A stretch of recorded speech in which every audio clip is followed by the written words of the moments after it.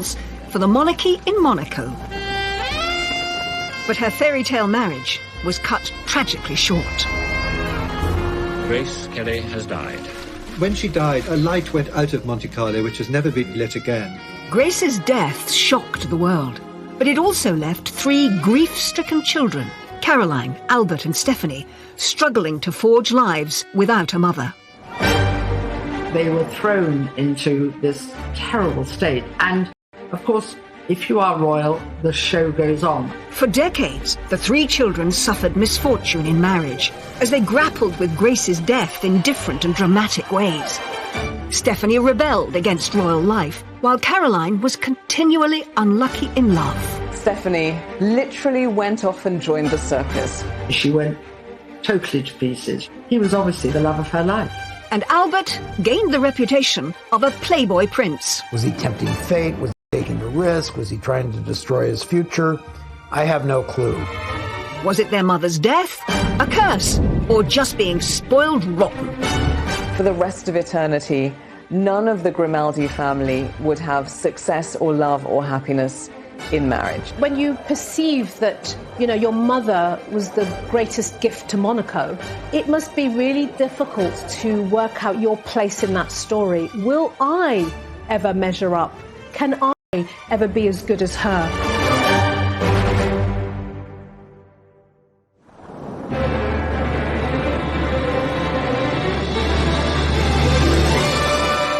Grace Kelly had 3 children, Caroline, Albert and Stephanie. Born into one of the wealthiest royal families on the planet, their assets are rumoured to be worth over $1 billion. Grace Kelly's 3 children were brought up in a vacuum. They were brought up in a bubble. Their life has been one of fabulous wealth and luxury, polo, lunches, champagne and indulgence. Despite their lives of luxury, there were challenges for all 3. The 3 children have all had their ups and downs. They've all had their fair shares of marital difficulties and tragedy. Every family has its trials and tribulations. The huge difference between ordinary folk and the royal family is that there's this spotlight onto them, and the press is always waiting to expose any of these things. The family suffers from what lots of rich, famous families do. I'd say they have more money than sense. But growing up in the House of Grimaldi might not be the fairy tale it seems. On the 23rd of January, Knight was born. She had to always be the good girl, to observe protocol, to do the right thing, to say the right thing, all at the right time. Grace, because of her own childhood, was a strict disciplinarian, so she spanked her eldest daughter for being naughty, and she once said, "I spanked her every day." Albert came along just over 12 months later. As the first male child, he had a date with destiny, that he would one day follow in his father's footsteps as ruler of Monaco. But it was a fate young Albert struggled to grasp. When asked what he'd like to be, he said he wanted to be a cowboy. He found it very hard to sort of engage an ambition for himself, since his role in life was very much laid out before him. As heir, Albert came under the tutelage of his father, Prince Rainier, said to be far stricter than Grace and often absent, preoccupied with the business of ruling the principality. Prince Rainier was extremely wary of other children and of other families getting close to the royal family at Monaco. He didn't really understand why his children needed friends. Caroline's fond of telling a story about how when they were young, they would pretend they were poor, she and Albert, when they played, so they could be like other children. The fact is, once you're in that fishbowl, you're in that fishbowl, and no matter what people do to try to make your life normal, it's not going to be. Born 7 years after Albert in 1965, Stephanie, the youngest, perhaps experienced a more relaxed childhood than her older siblings. Well, Albert once said that Stephanie learnt very quickly how to wrap her mother around her little finger. I think Stephanie was probably a little bit more spoiled than the others and maybe allowed to get away with a few things. Stephanie was inseparable from her mother. But their close connection meant that, together, they went through one of the most dramatic events to hit the House of Grimaldi. What should have been a simple trip, Grace driving her daughter to the train station, turned into a tragedy that would go down in history. Grace was driving round the infamous hairpin bends of the Corniche outside Monaco when she crashed her car. And so Grace Kelly has died. On the 14th of September 1982, Grace Kelly, Hollywood princess turned real royal, died, aged just 52. Grace Kelly and Stephanie were supposed to be catching a train that would take them to Paris. And they were really excited about the trip. So the little metallic green Rover, very sporty little car, it was full of hat boxes and suitcases. They didn't need a chauffeur because he wouldn't fit. So Grace... Corniche are treacherous. I mean, there's endless winding bends. People always will come up with conspiracy theories. She may have had a small stroke or something like that, but she lost control of the car. When she came to, she was disorientated. She jammed her foot on the brakes. Now, there's a bit of doubt around this because it might be that she had accidentally jammed her foot on the accelerator and the car went faster. Stephanie reached for the handbrake, but terrifyingly, the handbrake didn't work. The car was out of control. It slammed through a wall and plunged around 100 feet off the side of a cliff. It was reported afterwards that neither Grace nor Stephanie were wearing their seatbelts. Stephanie was injured in the crash. She had lost a tooth. Her mouth and her tongue and her lips were all cut up. Princess Stephanie has a broken vertebrae, but she's fully conscious, sitting up in bed and eating normally. It was a miracle Stephanie had survived, but the injuries sustained by her mother were devastating. After she was rushed to the Princess Grace Hospital, her health seemed to rapidly deteriorate. She suffered another stroke, and that led to a brain hemorrhage, and she was actually put on a life support machine. Doctors told Prince Rainier and Princess Caroline and Prince Albert that there was no hope for her. So they took the terrible decision to turn off the life support machine. Just one day after the accident, and with her husband of 26 years by her bedside, one of the biggest and most iconic names in Hollywood history, Princess Grace of Monaco, passed away.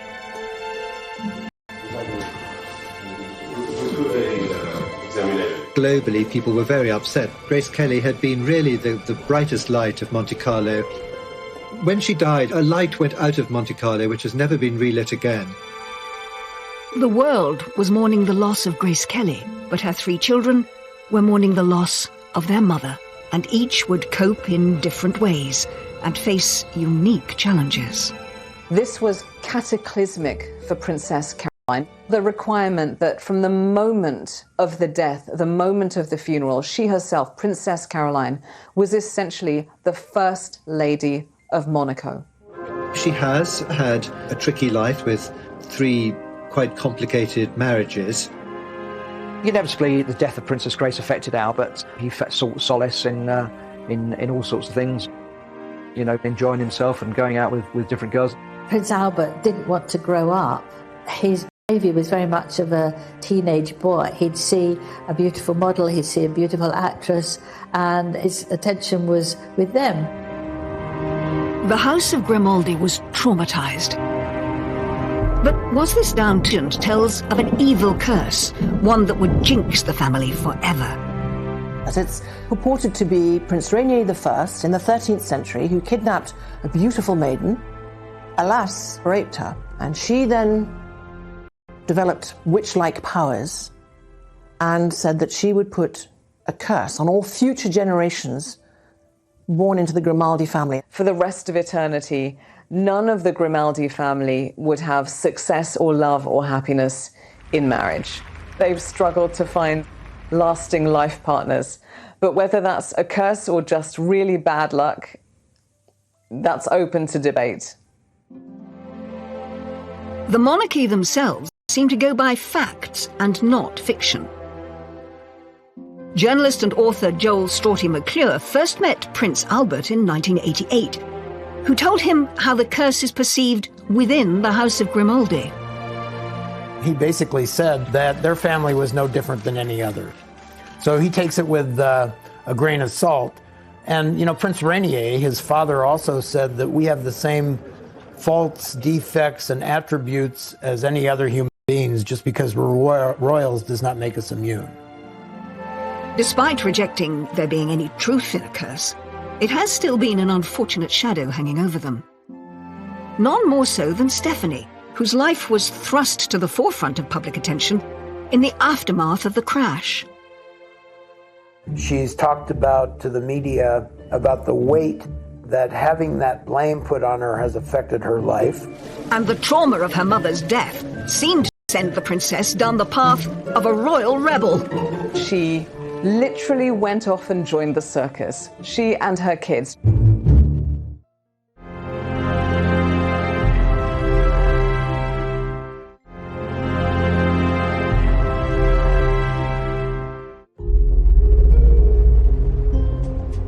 At the age of just 17, Princess Stephanie was thrust into the spotlight as speculation started to spiral that she had caused the accident that killed her mother, Grace Kelly.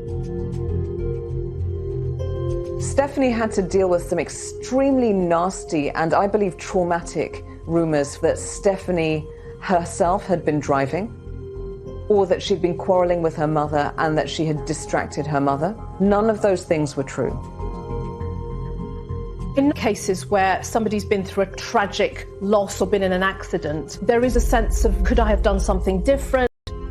And sometimes people experience survivor guilt.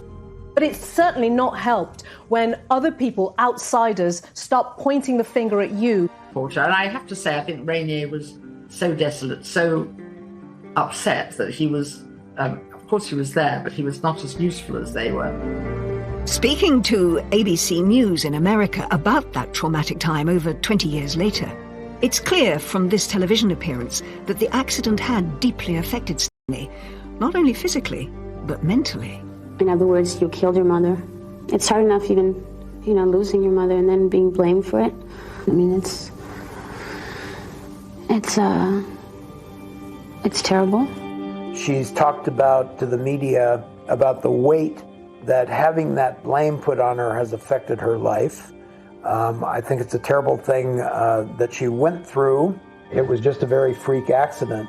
Stephanie's brush with death and the trauma of the sudden passing of her mother seemed to instill in her a desire to live life for the moment.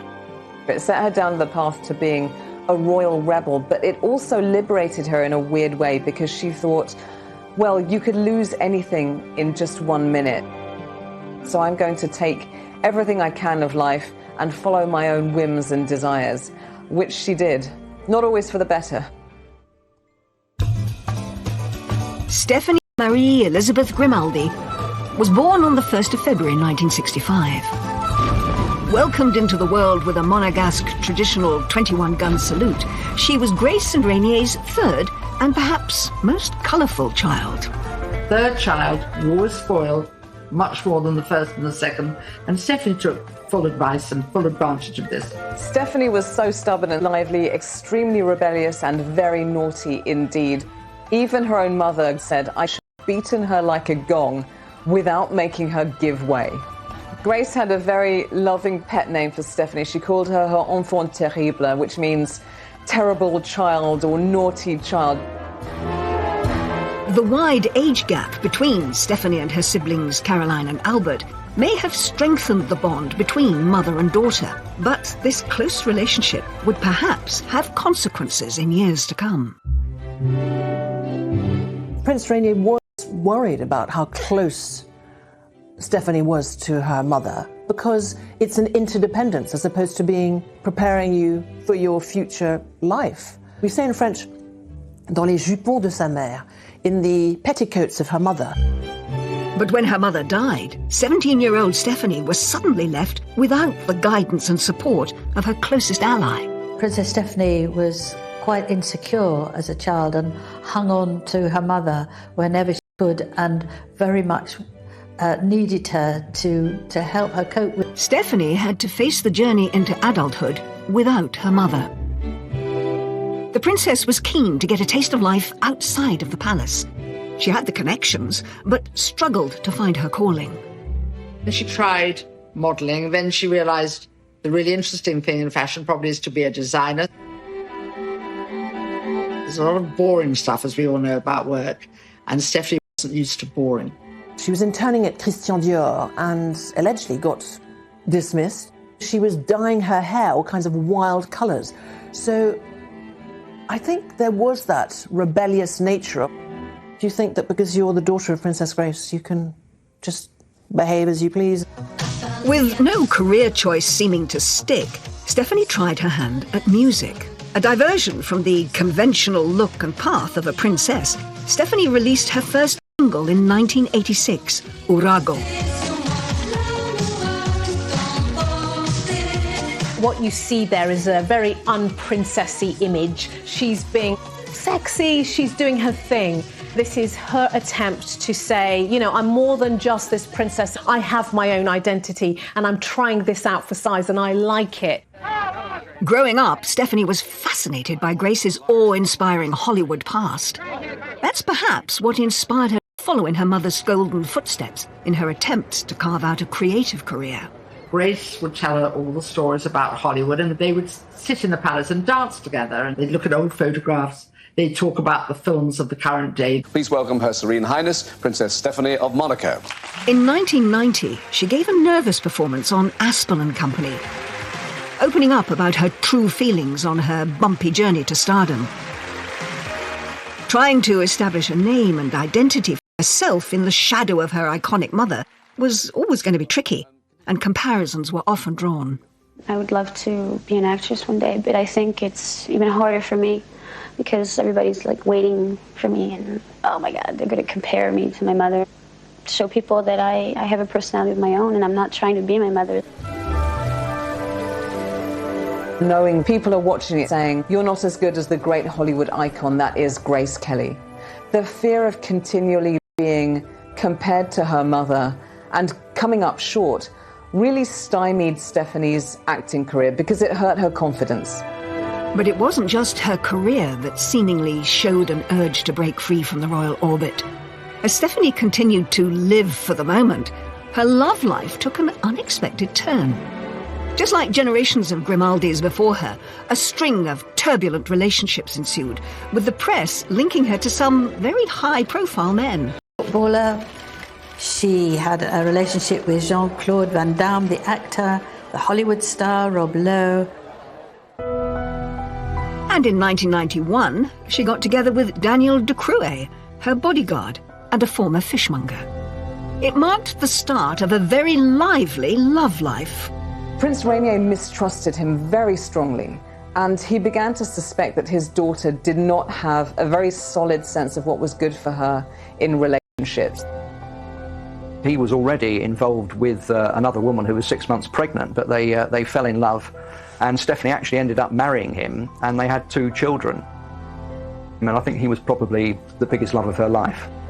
Her father was incandescent, but Prince Rainier soon fell for the grandchildren and accepted them and their marriage.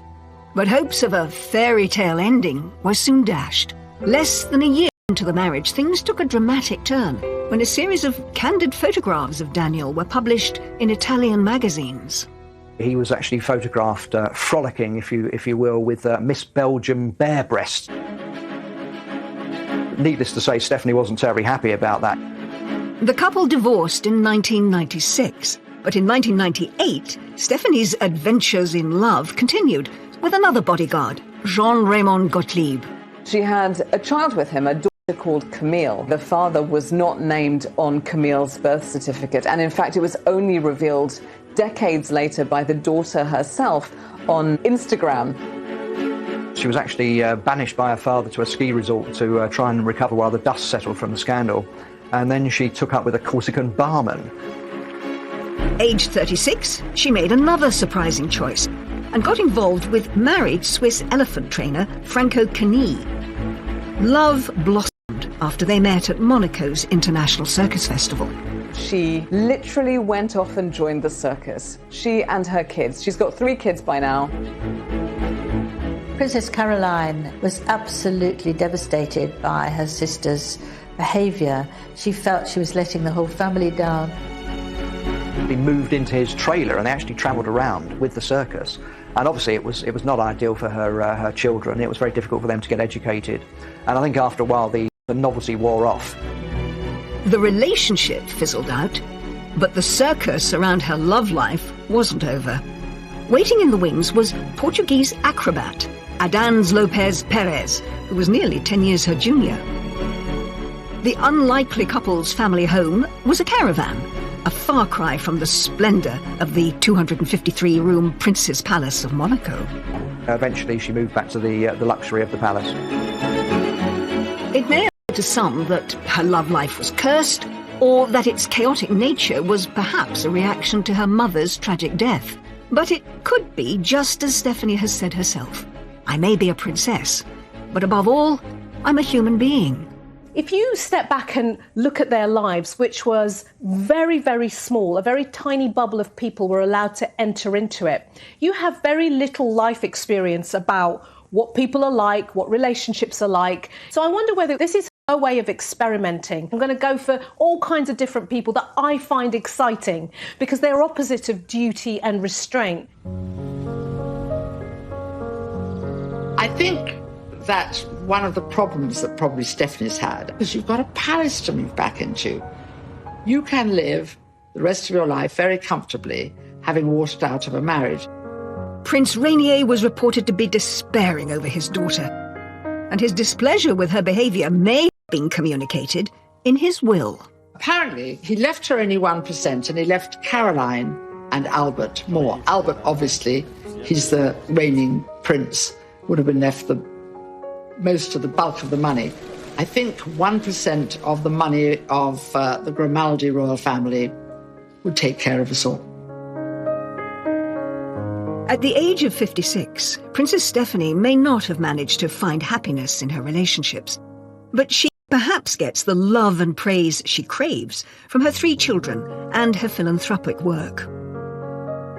We've seen the young girl going through all those different phases and learning as she goes. And this is natural for somebody who's been through so much to then get to a place where they're emotionally mature, they have their own family, and they can curate the life that they want to lead now. And that seems to be the space that we find Stephanie in.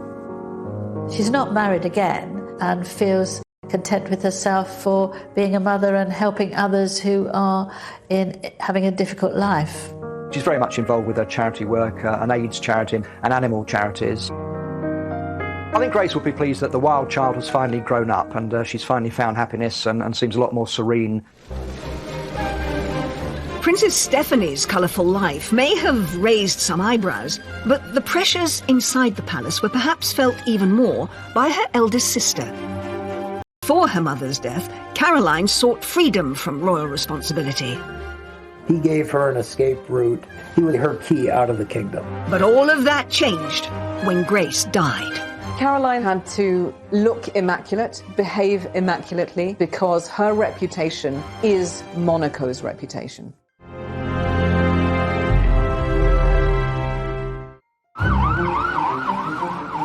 Princess Caroline was only 25 when her mother died, and her role in the royal family changed overnight. No one could have predicted that she would have to take the reins so young. This was cataclysmic for Princess Caroline. The requirement that from the moment of the death was essentially the First Lady of Monaco. Eyes of the world were on her and she couldn't put a foot wrong. She immediately had to learn and reflect all of the royal protocol.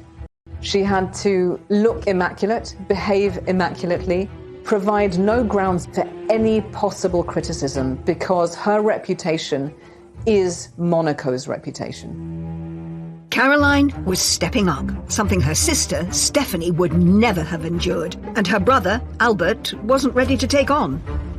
Prince Rainier described it as a miracle that after this tragic accident had taken her mother, and sad as she was, Caroline just automatically stepped into her mother's shoes. As Rainier said, she had the spirit of her mother.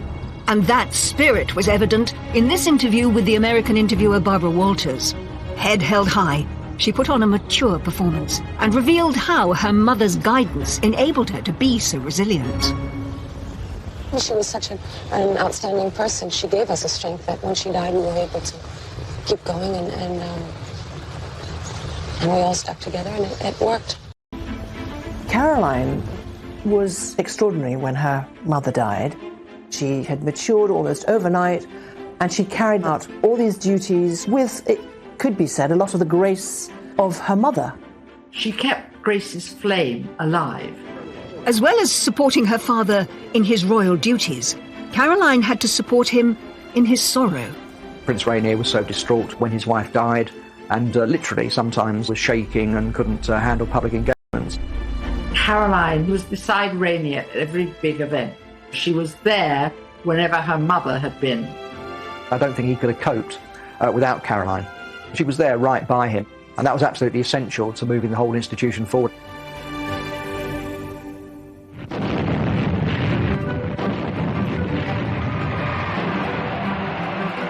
The birth of their first child was a beacon of light for the Grimaldi family.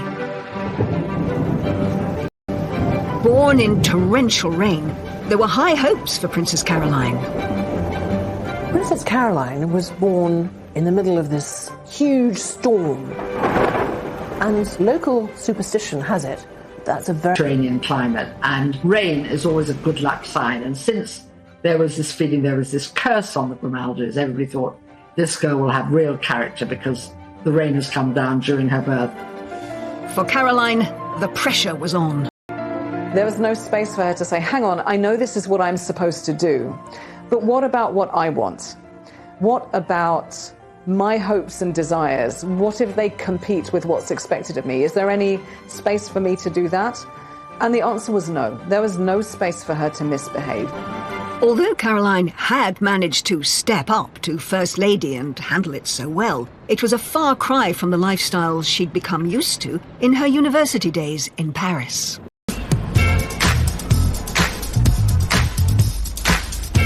For Caroline, Paris was freedom, exploration, finally having lived and left the Monaco Principality, tiny, everybody knows everybody. She really longed to escape, so Paris was her escape. She was finally free of the stiff formality of Monaco and of being a kind of Euro royal where you're expected to behave all the time. She was able to sow her wild oats, and she certainly did. She wanted to get out. She wanted to get away from, if not out of, that fishbowl. But escaping Monaco didn't deliver the freedom Caroline had hoped for. She was photographed by the paparazzi all the time, smoking and drinking and cozying up to her friends who were also equally glamorous and well-appointed. Having a good time as a young, talented, privileged woman is not some sort of crime, but she was painted as a party animal in a negative way. Caroline, in that famous interview with Barbara Walters, gave her side of the story. When I was 18, 19, like every kid my age, I used to go out to Disneyland Saturday night, which I don't find astounding in any way. I went out far less than anybody in my generation, but people think that I lived in nightclubs and parties, and it's silly. It's so untrue. She was portrayed by the press and the paparazzi as somehow being unclassy or downscale or loose. These were really slanderous, nasty things to say about her. She found it violating. Her father, Prince Rainier, said, I would shoot these people if I could. She's got her real first taste of freedom, and yet she's got the paps on her tail, looking at her every move, judging her. The headlines are all about this party girl princess. When you see that as a young person, that's going to be incredibly stressful, because it's saying, get back in your box, be this perfect princess. She literally became fodder for the photographer. Obviously, pictures of her smoking and drinking and falling out of bars didn't look very good. And these images of Caroline's lifestyle in Paris didn't play well back home in Monaco. The population in Monaco were absolutely shocked that she was doing things that ordinary people were doing, whereas she should be sitting quietly and obediently in the palace waiting for her prince to come. They wanted her to sew and to learn how to embroider and to wait for an arranged marriage, but she didn't want that. What Caroline did want was to live a normal life, and to her that meant choosing who she married, a Parisian businessman named Philippe Junot.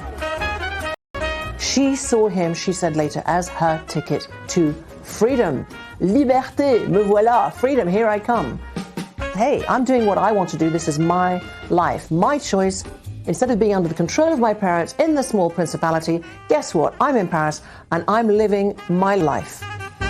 He gave her an escape route. He was obviously her key out of the kingdom. The royal family organised the wedding, which was attended by over 600 guests and celebrities from all over the world. After this lavish public event, Princess Caroline and Philippe Junot escaped to Scotland for their honeymoon and some peace and quiet.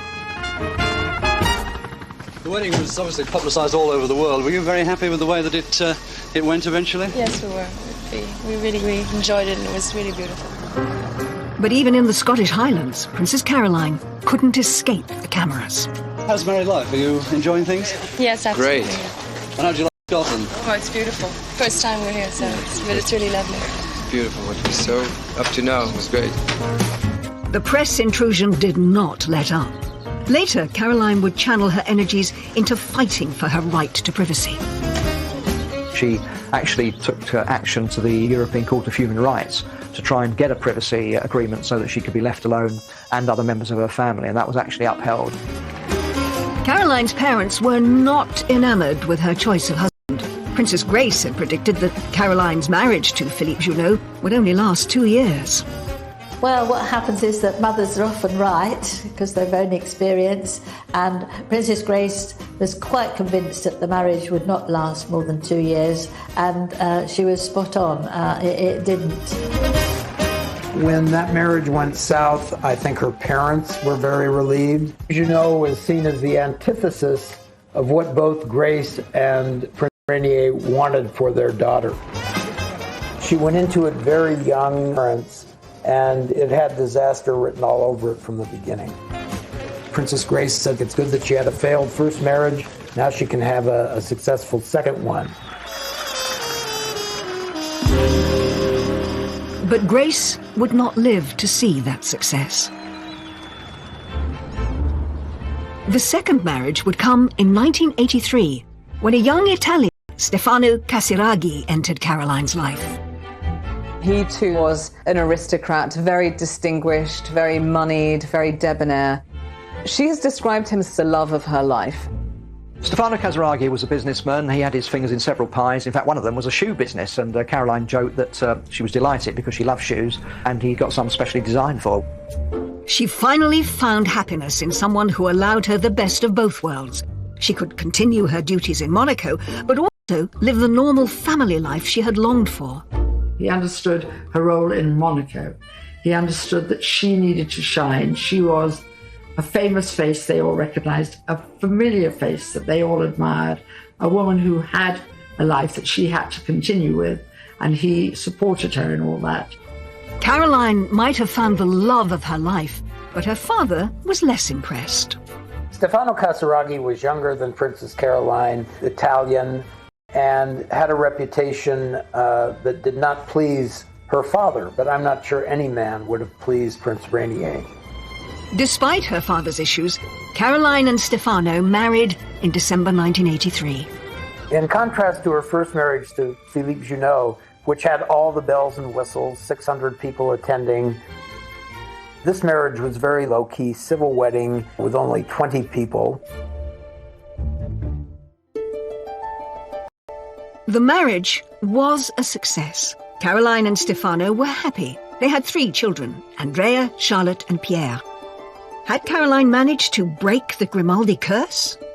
I think Caroline settled into motherhood very easily, and I think in some ways it helped that she had 3 children very quickly, because it really made her, in the eyes of the public, a mother figure, and I think people were able to see her in a different light. They were probably some of her happiest years. It was, for her, like a dream come true.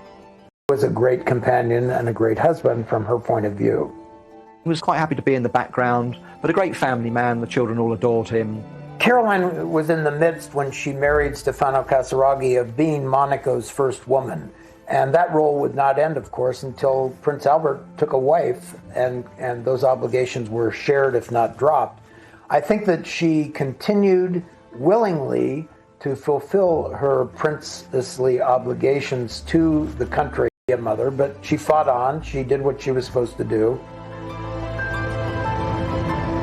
In October 1990, Stefano was competing in a powerboat race in Monaco, a sport at which he excelled. Usually, Caroline would be cheering him on, but that day she had an important meeting in Paris. She decided to go to Paris and approach her first husband, Philippe, and ask if he would agree to an annulment. Princess Caroline wanted the annulment because she had found a man she really loved, she had his children, and she wanted to move on. She wanted to draw a line under her past life. She wanted her children to be recognized by the church instead of considered illegitimate. So she petitioned endlessly, tirelessly, the Catholic Church to annul that marriage. In the eyes of the Catholic Church, Caroline was still, technically, married to her first husband.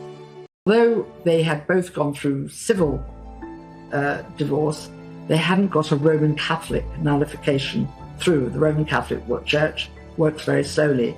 And she'd hoped that Juno, who by then also had remarried and had a child, would be very keen for this to happen as well.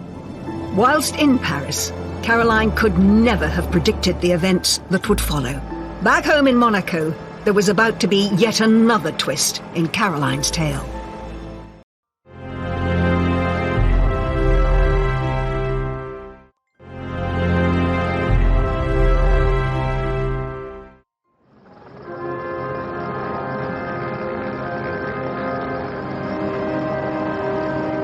In October 1990, Princess Caroline was in Paris, and her husband, Stefano, was competing in a powerboat race in Monaco. During his race, Stefano's boat capsized, and he was killed, leaving Caroline widowed with 3 young children. The irony, of course, in Stefano's death was that this was going to be his last time of boat racing. He decided it wasn't safe and that he was going to give it up and turn to shipbuilding, which would be much safer. It was a very responsible decision if he was father of 3 children, but tragically, it was not to be. Caroline's world had fallen apart again. The man she had found who could support her in her royal role was gone. Here she is moving forward with her future. It looks positive, it's hopeful, it's going in the right direction. And suddenly, out of nowhere, her reality is pierced by this terrible, devastating loss. Her husband died. It brought back memories of her mother as well, and she thought the two things triggered each other. And she really did struggle for a couple of years. She was only seen out and about very rarely in public, mainly wearing black and dressing very somberly. There's an interesting shift in family dynamics when Princess Caroline then looks to her father and leans on him and expects him to step up emotionally for her, just as she stepped up to him when her mother died. Stefano's funeral took place at Monaco's Cathedral of St. Nicholas, the same place Caroline's mother's funeral was held. Princess Caroline's world fell apart. It didn't fall apart in a messy way. It fell apart in a royal way, which is worse because all of that suffering and pain and horror, you can't really express it at all. So it's all happening on the inside. It was really a very sad sight for anybody to witness. I don't think I've ever seen a woman become more dejected, upset, transformed, gaunt than Princess Caroline was in the aftermath. It was just another tragedy to hit the Grimaldi family. On top of everything else, Caroline's marriage still wasn't legitimate in the eyes of the Catholic Church.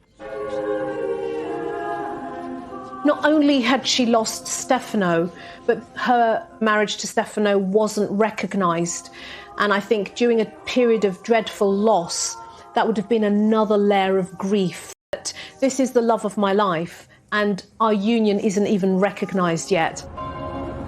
It would take a decade for the situation to be resolved.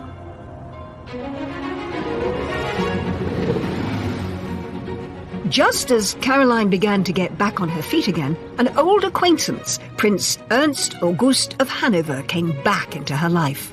Another shot at marriage was on the cards. He is royal as they come. If you look into his family background, it pretty much goes back as far as the Roman Empire. He is super duper, unbelievably mega posh, every which way you look at it. And he has connections to every major European royal family, including the English royal family through King George.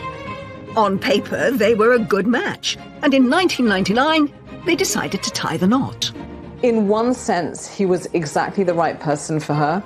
But in terms of his character, he was bad, bad news. Alas, he doesn't always have terribly royal or regal behaviour. Indeed, he has urinated in public, he allegedly has broken the nose of a cameraman, and woe betide, and what a crime of lèse-majesté, he kissed the Queen. Checkered past, and I think Caroline thought that, marrying somebody who had the right credentials, but obviously knew about his colourful private life, and I think she thought she could possibly tame him, but in fact he carried on as before. It came to a head when Caroline had to attend to her father, who fell seriously ill. Prince Ernst was nowhere to be seen. He actually was in a coma in hospital, brought on by heavy drinking, and at one point he was actually hovering on the brink of life and death, and so it was quite possible that Caroline was going to lose her father and her husband in the same week. The one time that she really needed her husband, he himself was ill. Caroline's third marriage had broken down. They went their separate ways because he brought shame and scandal into her life.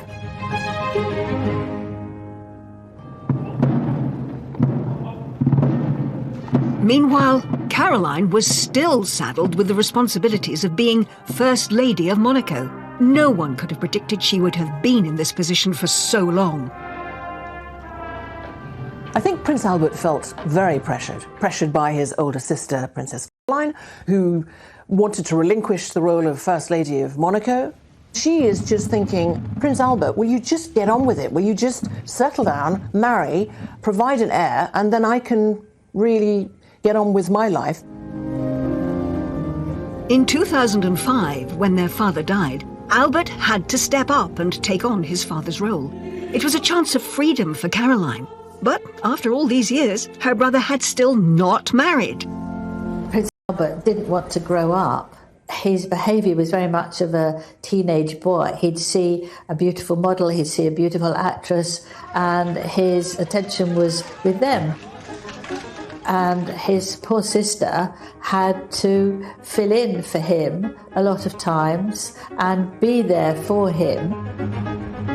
The credit to Princess Caroline that she was required to maintain face all the time, and she did. She did her duty. Caroline could have been freed from her duties if Albert had found a wife sooner. As early as 1985, when Albert was only 27, he was already being asked the question that would define the public perception of him for many years to come. It was a question Albert grew tired of, etched on his face in this Barbara Walters interview. I have to ask you that question you must be so sick of. You know what it is? Yes, I'm ready. Why don't you ask it and answer it? The question is, what about marriage? The answer is, I don't know. It was very interesting in Barbara Walters' interview with Prince Albert because he didn't like the question and he dodged it. He didn't. My wonderful sister has given up so much for me. He could do what he liked, he could say what he wanted. As long as his sister was stepping up to be First Lady, he didn't have to bother. Was there a reason that Albert wouldn't settle down? Would his playboy lifestyle eventually get the better of him?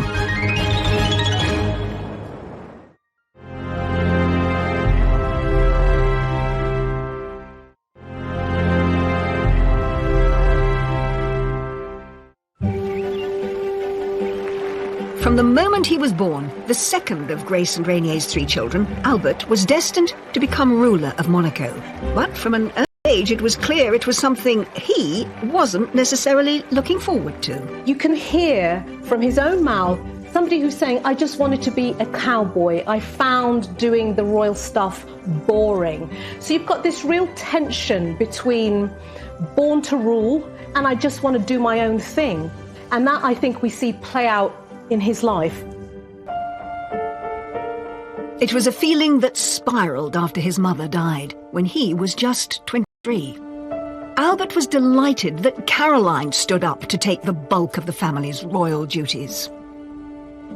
I always remember Prince Charles once saying that when it finally dawned on him that he was going to become a future king, it came as the most tremendous shock, and it must have been a tremendous shock for Prince Albert as well. And I think that's something which lives with them, and they try and forget about it for a while and pretend it's not happening.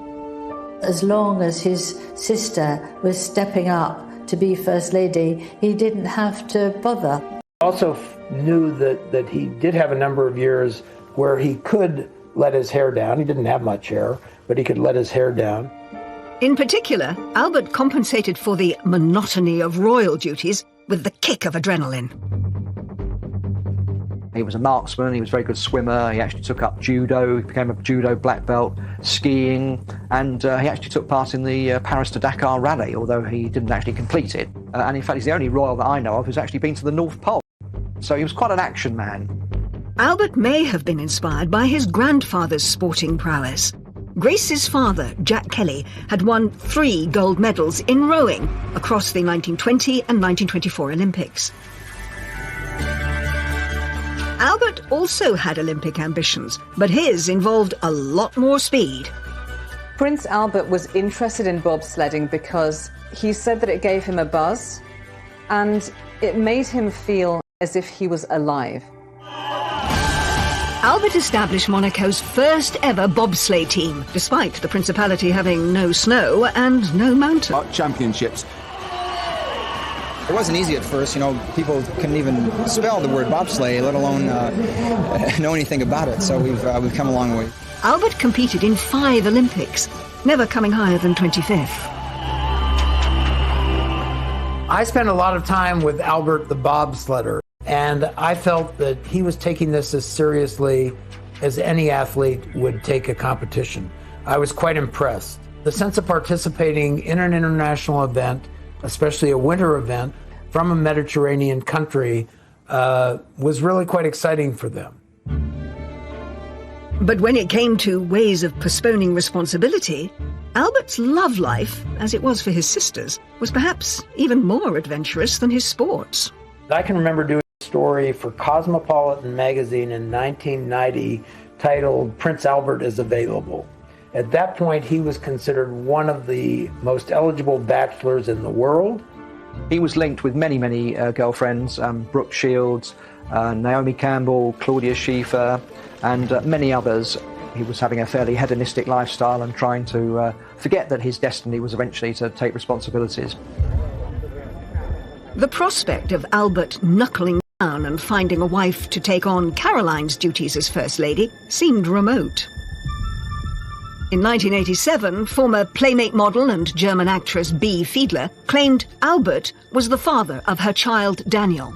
There was a certain amount of controversy about where the DNA for the testing had come, and a judge actually threw that case out, so that wasn't proven. Albert's risky behaviour seemed tailor-made to spice up what he described as boring royal duties. But it was clear his Hollywood mother's life and death also weighed heavily on him. What a fate to have Grace Kelly as a mother. I mean, that beauty, that charm, that vivid intelligence, that charisma. I think that Albert must have felt both the weight of the expectations on him and the public role that he was absolutely, clearly expected to play. I think what he got from his mother was not anything she said, but who she was and the way she carried herself and the way she herself had adapted to becoming Princess of Monaco. He certainly has a sense of calm and lack of drama and acceptance of things that seems to have come more from his mother than from his father. He certainly has a greater sense of equanimity than his sisters do. When you perceive that, you know, your mother was the greatest gift to Monaco and was this beautiful, incredible actress who became, if you like, the perfect princess, it must be really difficult to work out your place in that story. Will I ever measure up? Can I ever be? In 2005, he was still unmarried and Caroline was still First Lady. Just 6 days before his accession came another bombshell that hinted that Albert wasn't going to settle down anytime soon. Prince Albert officially acknowledged that he was the father of 22-month-old Alexandra, an out-of-wedlock son with former flight attendant Nicole Coast. Well, there have been rumours before about love children, and he denied it. Another illegitimate child resurfaced in the week before he was actually going to be enthroned.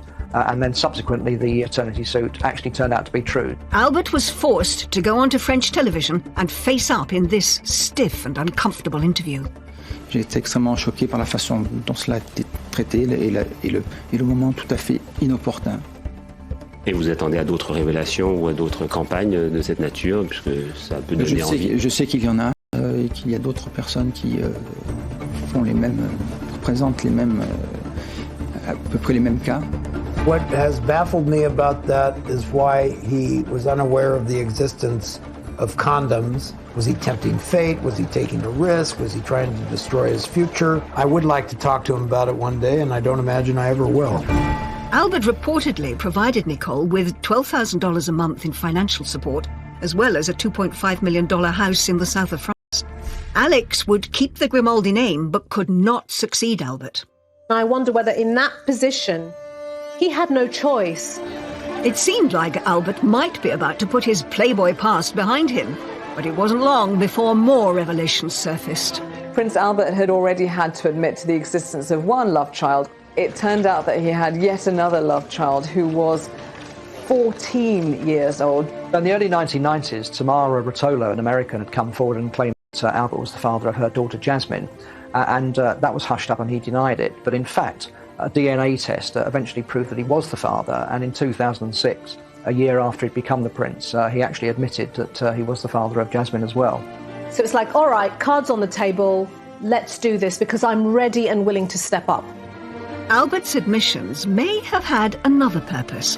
He'd recently started a relationship with a fellow Olympian, a South African swimmer that he'd first met 5 years earlier. Prince Albert met Charlene Whitstock at a swimming gala, and they immediately bonded over a shared love of sport. With what seemed like a clean slate, finally the way seemed clear for Albert to settle down. But Albert's love life was never plain sailing. There were all sorts of rumours that evidence of a third illegitimate child might emerge, and that Charlene was getting cold feet. There is speculation that Charlene Whitstock was to go through with the wedding.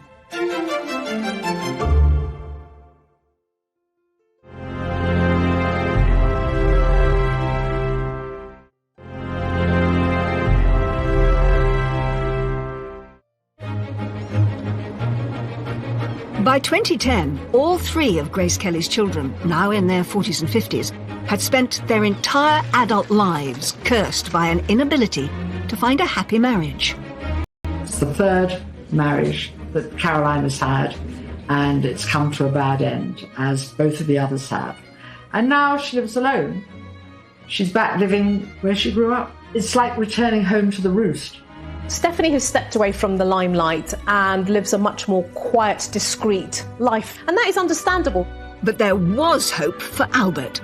In June 2010, Albert was sat on the side of the bed as his girlfriend of 5 years, Charlene, was packing to leave the apartment. He did it in a very straightforward way. No violins, no beachside romantic setting. He was just in Charlene's flat and he said, "Would you like to marry me?" And she thought he wasn't being serious. He'd actually rang her father before he proposed to Charlene. He chose the timing very badly. He rang Charlene's dad when there was about to be a very big football match in the World Cup, South Africa versus France. Her father congratulated him and said, "That's great, I now have to get off the phone. There's a football match I want to watch." I don't know at the time if he immediately knew that this is the woman I want. He has told me that he felt sorry for anybody who would become the Princess of Monaco due to the fishbowl effect and the obligations that come with that role. But he obviously waited a long time before he chose someone and was sure after a number of years that she was the one. I think in retrospect, that was his timetable. After years of failed relationships and two confirmed illegitimate children, Albert's engagement to Charlene was announced on June the 23rd, 2010. But marrying a prince isn't an easy thing to do, especially one with a mother like Grace Kelly. I think Albert was worried.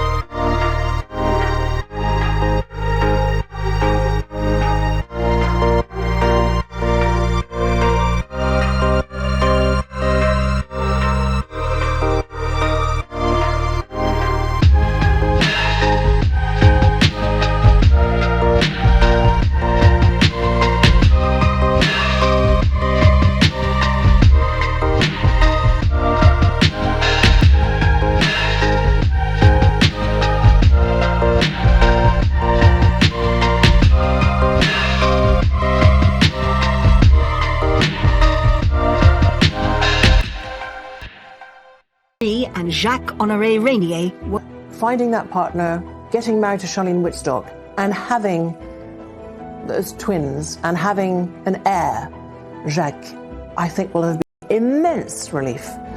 All three of Grace Kelly's children struggled with tragedy, troubled love lives, and the challenge of being royal, all amplified by the pain of losing their mother at such a young age.